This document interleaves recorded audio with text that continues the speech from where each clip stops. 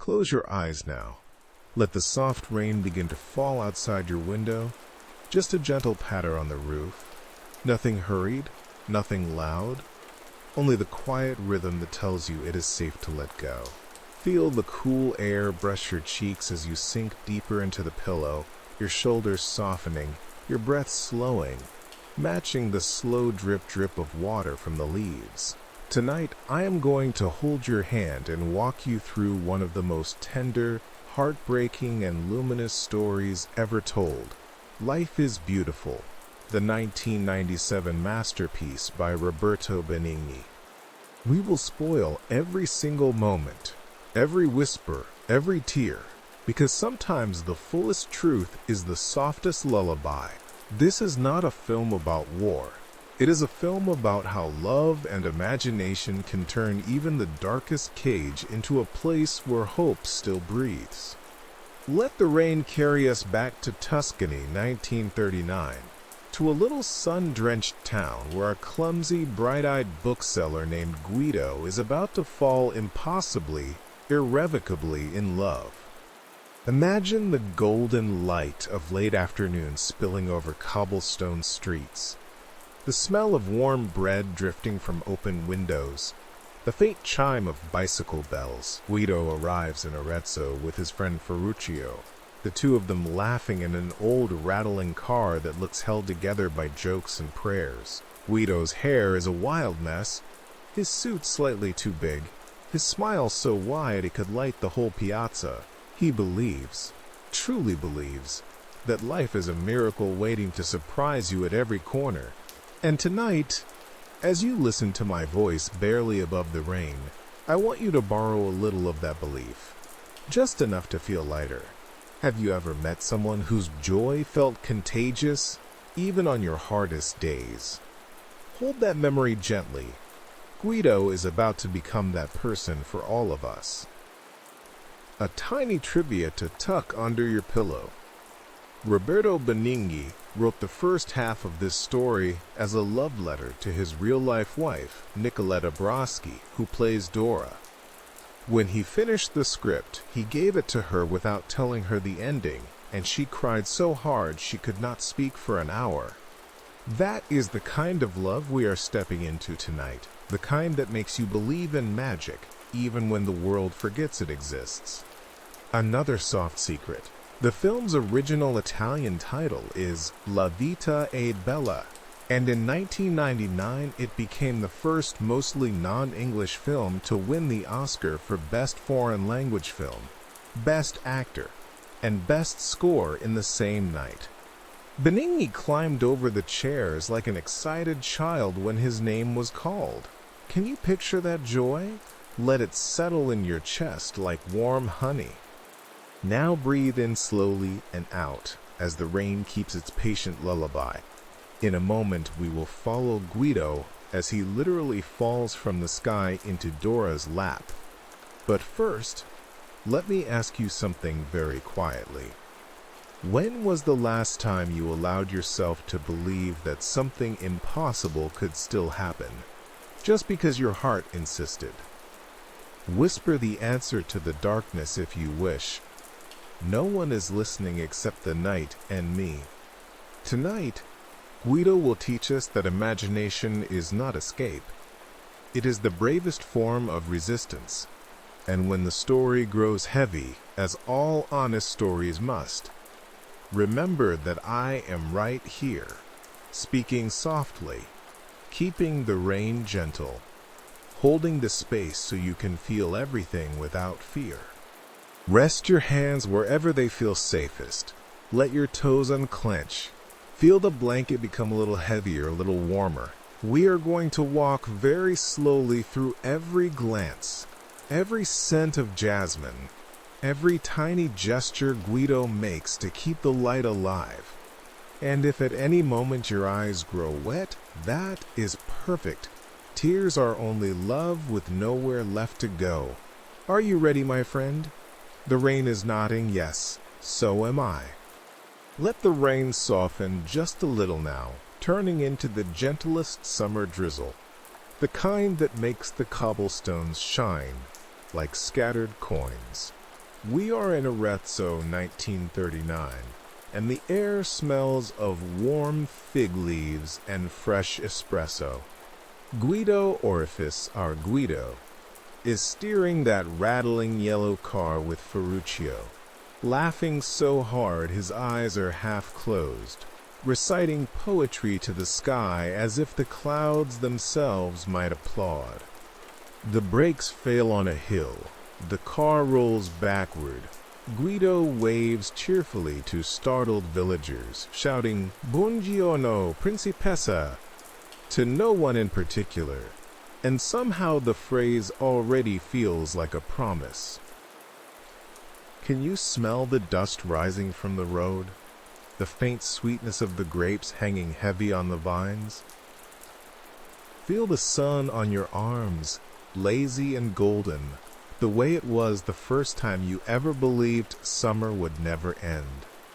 Guido steps out in his slightly oversized suit, jacket flapping like hopeful wings, and walks straight into the middle of a fascist parade by accident. He lifts his arm in what he thinks is a friendly wave and accidentally mimics the salute. The crowd stares.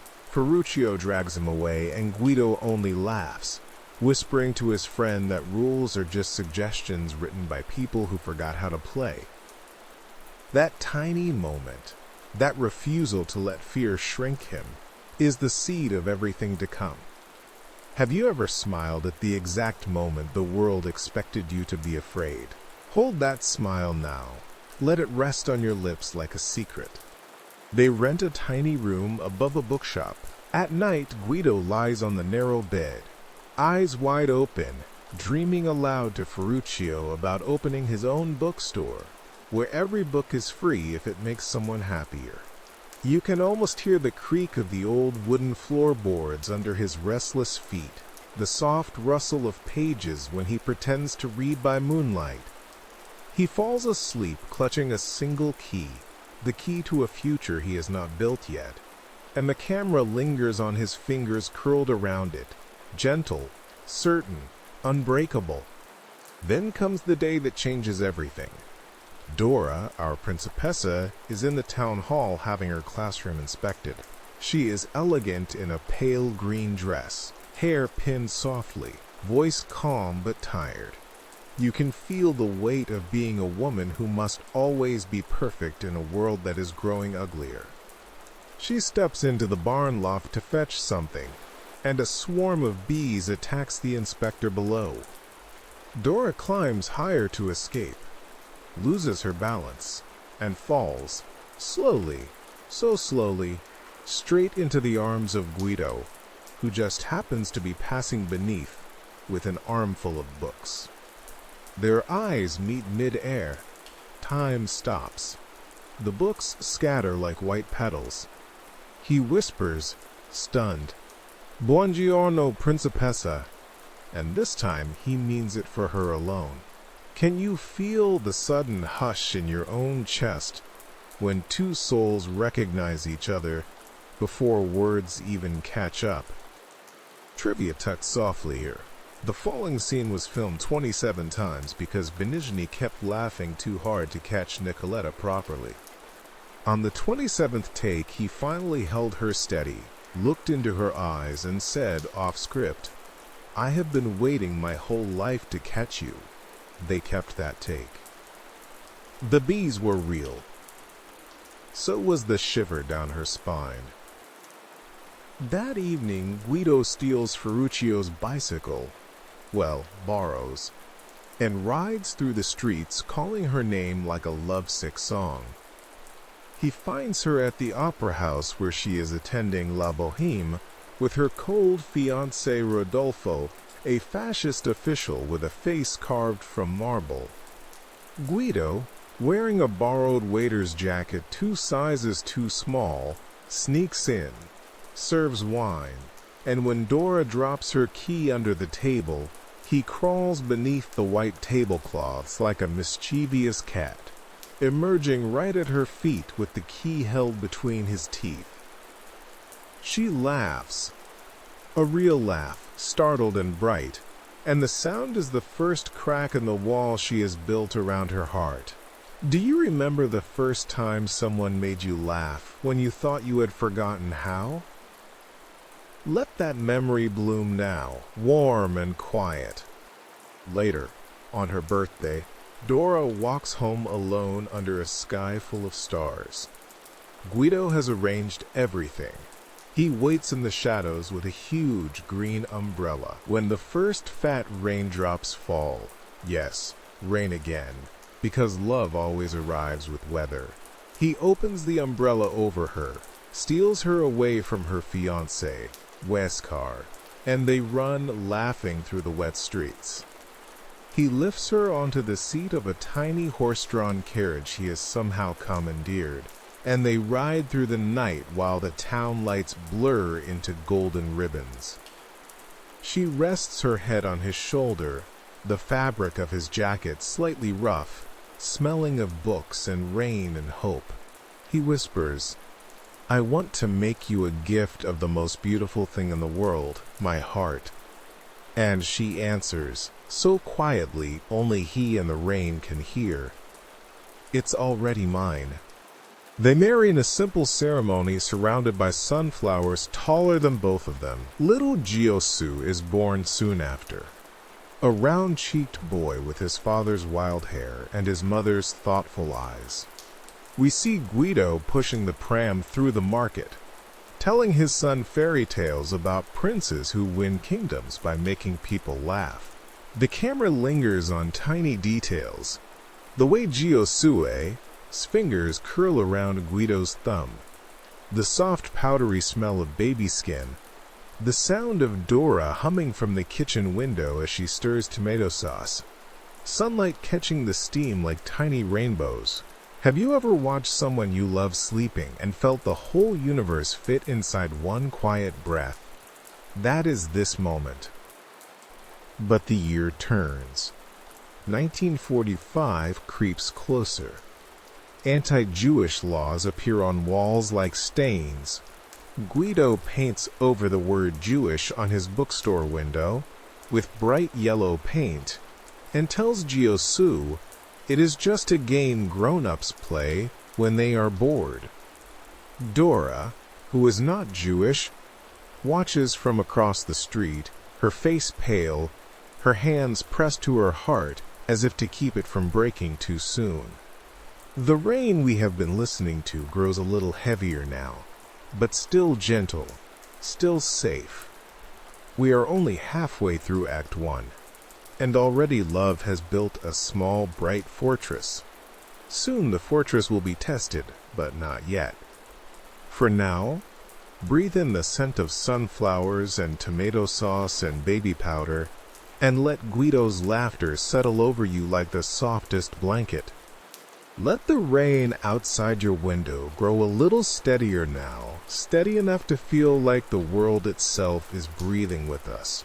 Slow and calm, never rushing. We are in 1945, and the yellow stars have begun to appear on coats like cool flowers that refuse to close. Guido still wakes before dawn, kisses the top of Giosu's sleeping head.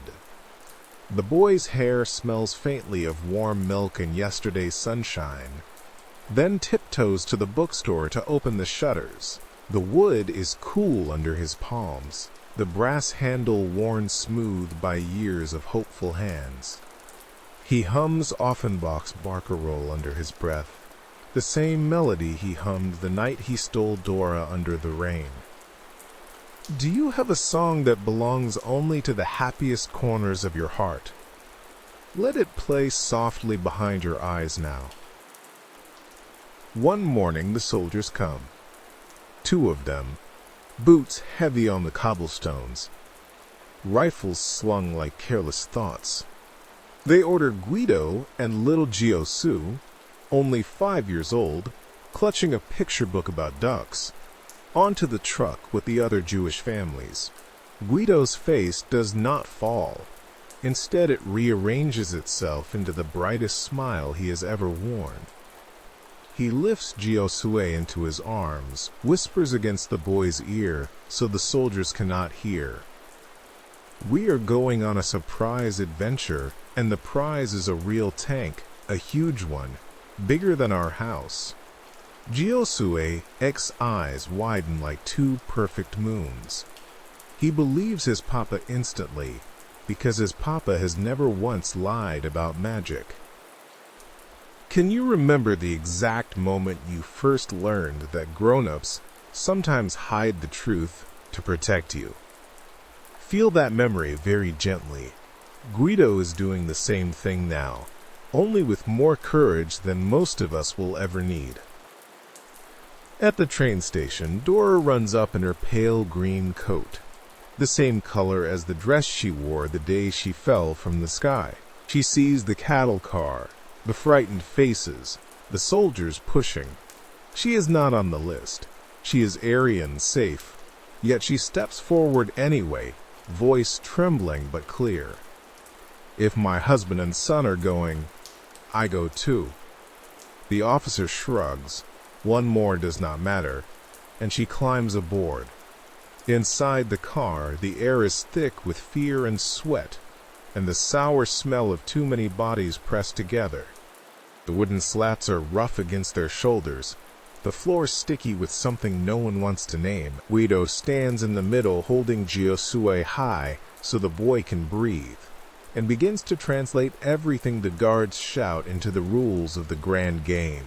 When they say silenzio, it means we get extra points for being quiet like mice. The other prisoners stare at first, then some of them start to smile, small, cracked smiles, but real. Have you ever watched someone turn poison into medicine with nothing but their voice? That is what Guido is doing, note by note. Trivia whispered here like a secret between friends. The train sequence was shot on a real decommissioned cattle car from the 1940s. Benigni insisted the wood still smelled of despair after 80 years, and he refused to let the set designers clean it. He wanted every splinter, to be honest. When Nicoletta Braschi stepped inside for the first take, she began crying so hard they had to stop filming for an hour. She said later she could feel the ghosts leaning against her shoulders, grateful someone was finally telling their children a kinder story. The train lurches through the night. No one sleeps except Giosue, curled in his father's arms like a comma in a very long sentence that refuses to end badly. Guido rocks him gently, humming that same barcarolle, until the melody becomes the only light in the darkness. Outside, the rain we have been listening to all evening is falling on the tracks, washing rust and sorrow into the same rivers. Inside, Dora rests her cheek against Guido's back, feeling the steady beat of his heart through the thin fabric of his shirt. She does not cry anymore. She is saving every tear for later, when they might be needed as water for something that still wants to grow. They arrive at the camp as dawn bruises the sky the color of old violets.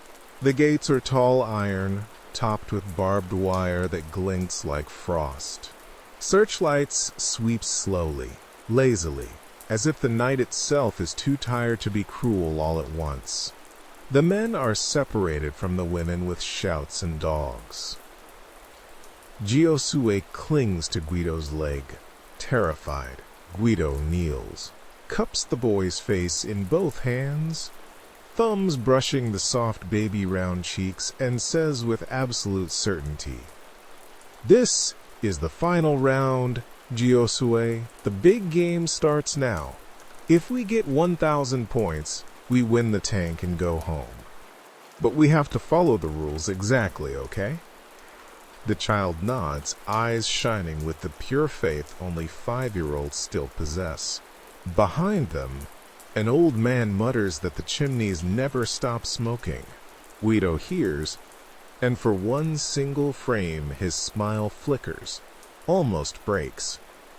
But he catches it again, stronger, brighter, like catching a falling star in his bare hands. They are marched to the barracks. The bunks are 3 tiers high, rough wood that splinters if you lean too hard. The air smells of damp stone, disinfectant, and something metallic that coats the back of the throat. Guido is assigned to carry heavy iron pots to the officers. Mess every day. Pots so large he has to walk bent almost double. But every evening he sneaks away for exactly 4 minutes. He has counted the guards, cigarette breaks, to the women's camp. He finds a way to the loudspeaker room, pushes past the sleepy operator, and seizes the microphone. His voice, warm and ridiculous and full of love, floats across the entire camp. Buongiorno, Principessa. I am here with our little prince, and we are winning the game. Today, Giosue hid so well the guards couldn't find him for 20 whole minutes. We are already at 420 points. In the women's barracks, Dora hears him and presses both hands over her mouth to keep from sobbing aloud.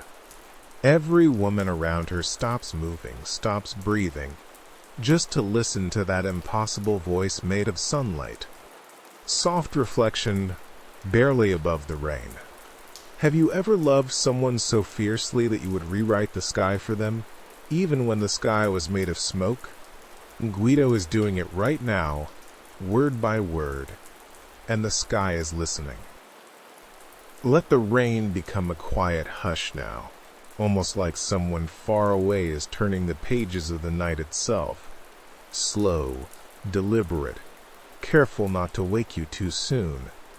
We are deep inside the camp, where days have lost their names, and only the numbers on the striped uniforms still matter to the guards. But inside Guido's heart, the calendar is still bright with ordinary miracles. Tuesday smells like Dora's tomato sauce. Thursday is the day Giosue learned to whistle. Sunday is for making paper boats out of ration coupons. He keeps these days folded small in his pocket like love letters no one can confiscate. Every morning at roll call, the wind is sharp enough to cut skin. Giosue stands between Guido's legs, the boy's tiny shoulders trembling under the thin pajama-like uniform. Guido bends down until their foreheads touch, breathes warmth onto the child's frozen cheeks, and whispers new rules for the game. Today, if the guards shout a lot, we get 50 points, because shouting means they are losing their voices, and we are winning. Giosue giggles, a sound so pure it feels like stealing bread from heaven, and the nearest prisoner, an old violinist with numbers tattooed in faded blue, actually smiles for the first time in months.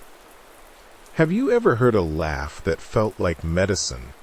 Let it settle in your lungs now, warm and slow.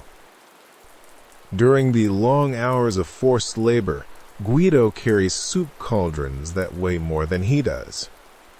The metal handles burn cold welts into his palms, but he walks with a spring in his step because Giosue is watching from the children's hiding place, a narrow gap behind the latrines where Guido has taught a dozen children to place silent statues whenever boots approach.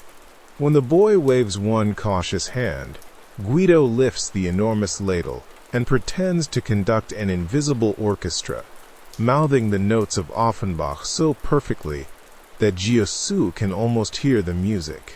One afternoon, a German officer catches the performance and, instead of punishing, stands mesmerized for 3 full seconds before remembering he is supposed to be cruel. Those 3 seconds are a victory larger than any army. Trivia, soft as moth wings. The real camp loudspeaker that Benigni used for filming still exists in a museum in Rome. When they tested it for the scene, the ancient wiring crackled, and, without anyone touching the controls, a fragment of Offenbach's barcarolle played for exactly 7 seconds before falling silent again. The crew stood frozen. Benigni crossed himself and whispered, "Grazie, Guido," to the empty air. At night, the barracks are colder than the inside of a well. The men lie shoulder to shoulder on boards that smell of mildew and old fear. Guido waits until the snores begin, then slips down from his bunk like a shadow made of hope. He has bribed a guard with a stolen button, a shiny mother-of-pearl button that once belonged to a rich woman's coat, for exactly 90 seconds in the loudspeaker room. He crawls on his belly through coal dust, heart hammering so loudly he is sure the dogs will hear.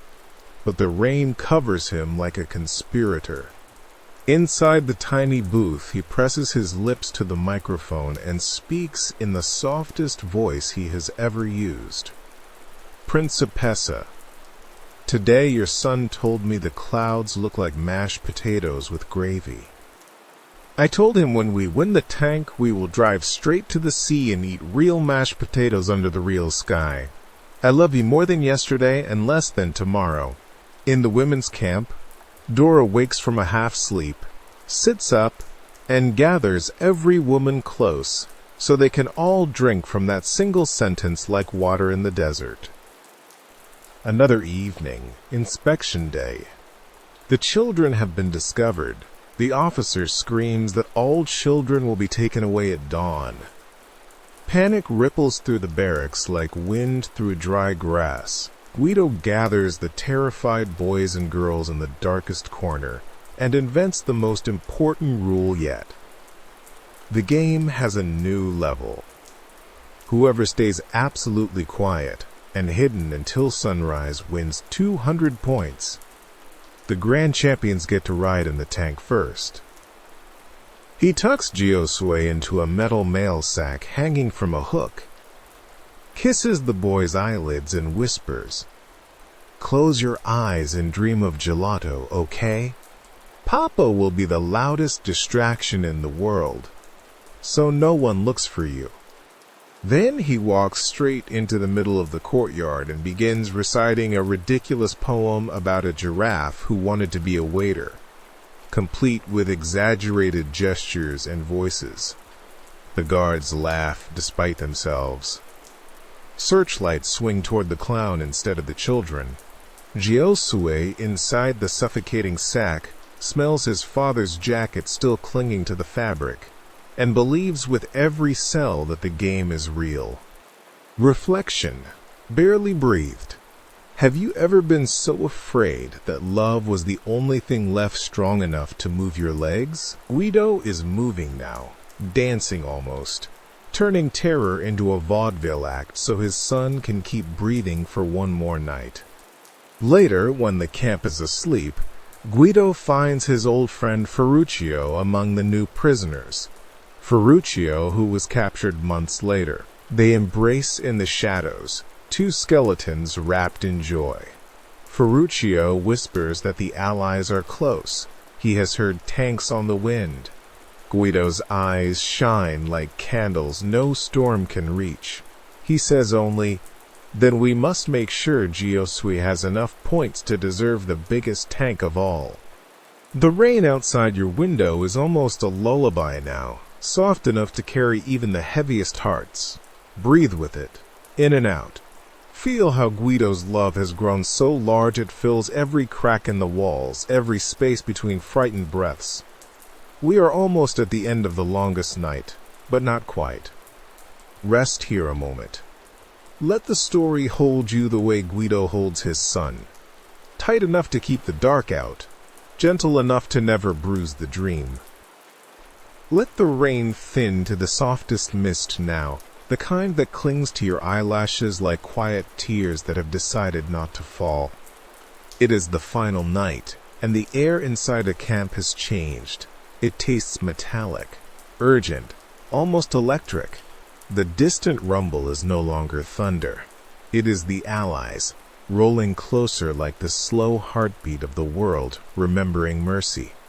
The guards are drunk on stolen wine and fear. Their voices are too loud, their boots unsteady. In the barracks, the men whisper that tomorrow the chimneys will stop, that liberation is measured in hours now. But for Guido, only one thing matters. Giosue must survive this last night with his childhood still intact. He kneels beside the lowest bunk where his son is curled like a small animal made of trust. The boy's cheeks are hollow, his eyes too large, but when Guido brushes the hair from his forehead, the child smiles the same smile he wore the day he learned to blow dandelion seeds. Guido's fingers tremble only for a second, then steady again. He whispers, "We are at 990 points, amore mio. One more perfect hide and seek and we win the tank. Tonight the game ends, and we go home to Mama." Giosue nods solemnly, already half dreaming of the sea and gelato and his mother's arms. Have you ever looked at someone you love and realized you would trade every tomorrow you have just to give them one more today? That is the exact temperature of Guido's heart right now. The evacuation order comes at midnight. The loudspeakers crackle with panic. Women and children to the left, men to the right, everyone into the courtyard. Guido lifts Giosue, wraps him in a coarse blanket that still smells faintly of the sunflowers from years ago, and carries him to the same metal mail sack that saved him once before. He kisses each of the boy's eyelids once, twice, 3 times, as if sealing promises into the skin. "Stay inside until the music starts," he whispers. "When you hear the music, the game is over, and the tank is ours." Giosue's small hand reaches out, touches his father's cheek, and Guido feels the warmth of that tiny palm travel straight into the center of his chest, where it will live forever. Trivia spoken so softly it is almost a prayer. The final scene with the mail sack was shot in one single take. Benigni carried the child actor, Giorgio Contarini, who was actually 5 years old, to the sack, whispered real bedtime stories between takes so the boy would not be frightened, and when the director called action, the child fell asleep for real inside the sack. They kept the take because his breathing was perfect. Benigni cried so hard afterward that Nicoletta had to hold him for 20 minutes before he could stand. Guido steps into the courtyard where the floodlights are harsh and white, turning every face into a ghost. The women are being marched toward the trucks. He catches one glimpse of Dora, her hair shorn, her face thin, but her eyes still the same green of the dress she wore the day she fell from the sky. She sees him too.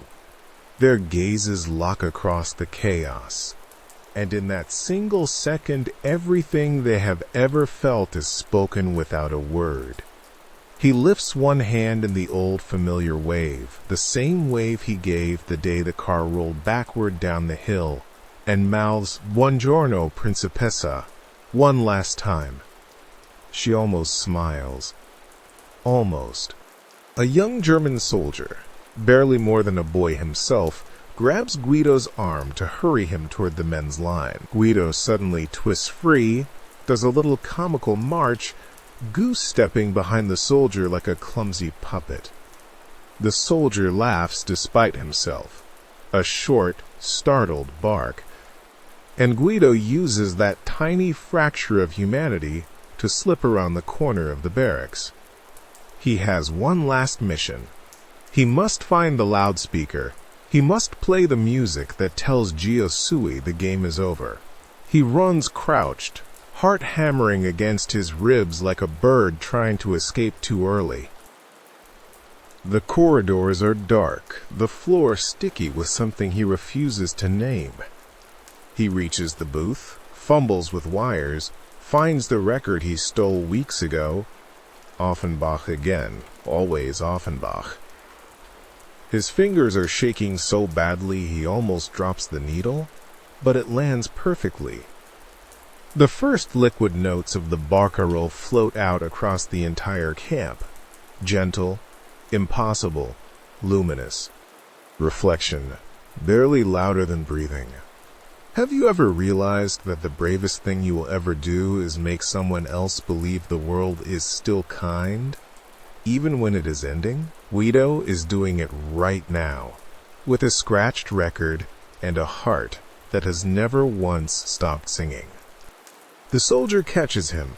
The boy's face is pale, confused, almost sorry. He raises his pistol. Guido turns for one final second toward the direction of the children's hiding place, lifts both hands in the old comic salute he once gave by mistake at the fascist parade, and winks, a huge, ridiculous, radiant wink. Then he marches ahead of the soldier, still goose-stepping, still playing the clown, leading the boy away from the barracks, away from the children, away from his son. 4 shots ring out behind the building, sharp and small against the vastness of the night. The music keeps playing. The rain keeps falling, softer than forgiveness. In the silence after the shots, Giosue hears the melody. He pushes out of the sack, blinking, and the courtyard is empty except for an American tank rolling slowly through the broken gates, olive green and enormous and real. The soldiers lift the children onto the turret like they are lifting flowers. Giosue stands on the cold metal, legs trembling, searching every face until he sees her, Dora, alive, running, arms open. She lifts him down, and he buries his face in her neck, breathing in the scent he thought he had forgotten. Over her shoulder he sees the tank and whispers, voice full of wonder, "We won, Mama! Papa won!" And the adult voice of Giosue years later tells us quietly, "This is my story. This is the sacrifice my father made. This is the gift he gave me. To believe that life is beautiful." Let the mist settle on your skin now. Let the last notes of the barcarolle fade into the sound of your own slow breathing. You are safe. You are held. You are loved beyond measure. Let the rain outside your window turn into the gentlest hush now. Only the memory of water, the softest silver thread against the glass, as if the sky itself has decided to stop crying and simply breathe with you. The story is finished, every scene placed carefully in your heart like pressed flowers between the pages of an old book you will open again whenever the world feels too heavy.